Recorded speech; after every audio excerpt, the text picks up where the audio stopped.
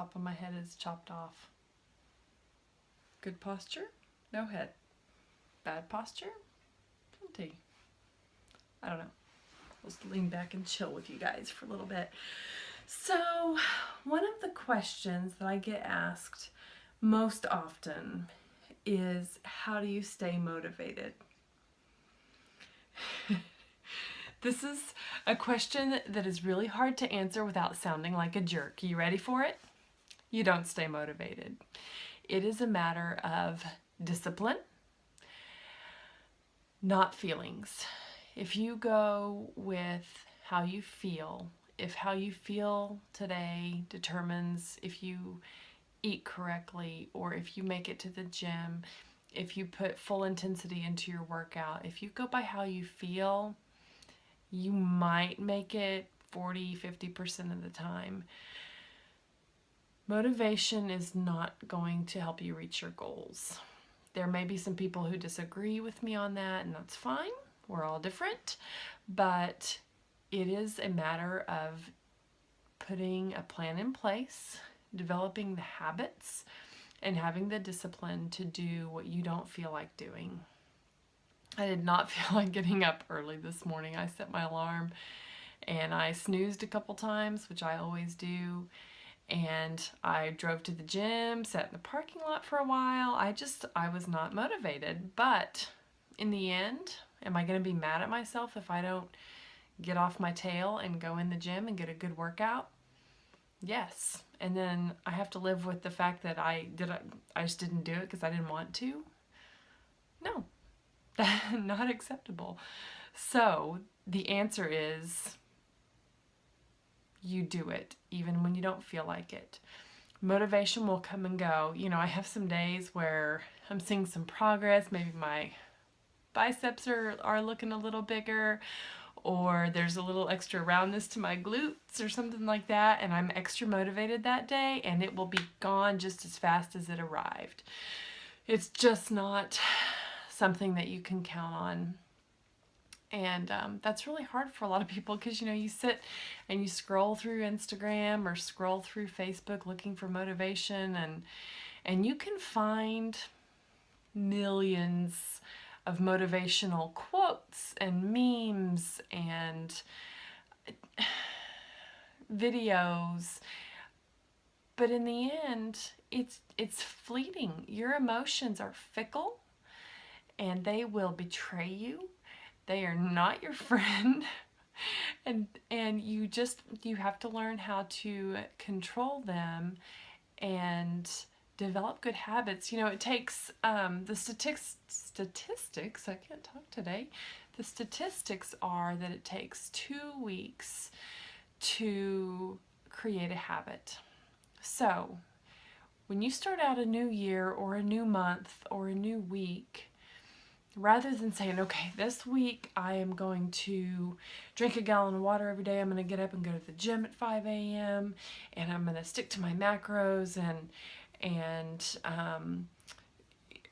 meal prep on Sunday, and you put all these things into place, and it's too much. So you fail. And then you try it again the next week, and you fail. So you're like, okay, fine, I'm going to try one more time. You fail. Then you're discouraged, and you're off not even trying for 6 months. And then it's a vicious cycle. So the way that you succeed with building these habits is you tackle one thing at a time. Water is pretty difficult for me. I like water once I get in the habit, and once I get in the habit, it's fine. But it's like, I'm never going to be a great water drinker. I grew up drinking diet soda. I got to a point where I was drinking probably a gallon a day, maybe more. I don't know. I didn't even measure it. But like, that's the only liquids I ever drank until I got into fitness. And so with that, you know, with a nearly 30-year history of that, it's hard for me to not want to just stop at the convenience store every time I'm out running errands and pick up a Diet Dr. Pepper or Diet Mountain Dew or something. And I do still sometimes do that, quite honestly, I do.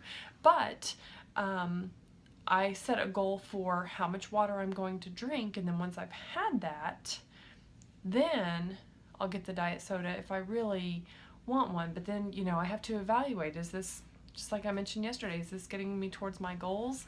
It's not a big hindrance, and there's a lot of debate on the chemicals and all the things like that. Quite honestly, I don't think it's that bad in limited quantities. But my point was, I kind of chased a rabbit for a second there. You pick one habit, tackle that. Pick an easy one, because when you pick an easy one, it gives you a little bit of success, and you're like, maybe I can do this. So pick something that you can just knock out of the park. If you're already going to the gym every day, then say, okay, I'm going to do 10 minutes of cardio after my workout, walking on a treadmill. And you do that for 2 weeks. Okay, you've built a new habit. You can go do a little bit of cardio after every workout. So next time, maybe then you tackle meal prep. I'm not real big into meal prep. For some people, it's a really important part of their routine.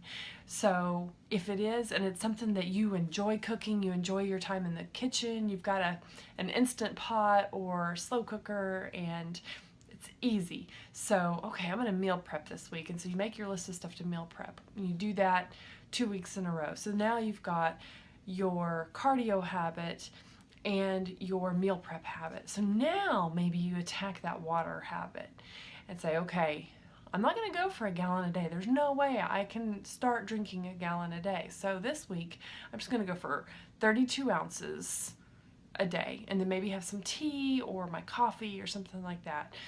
The point is, pick small goals, work on them until you've mastered them.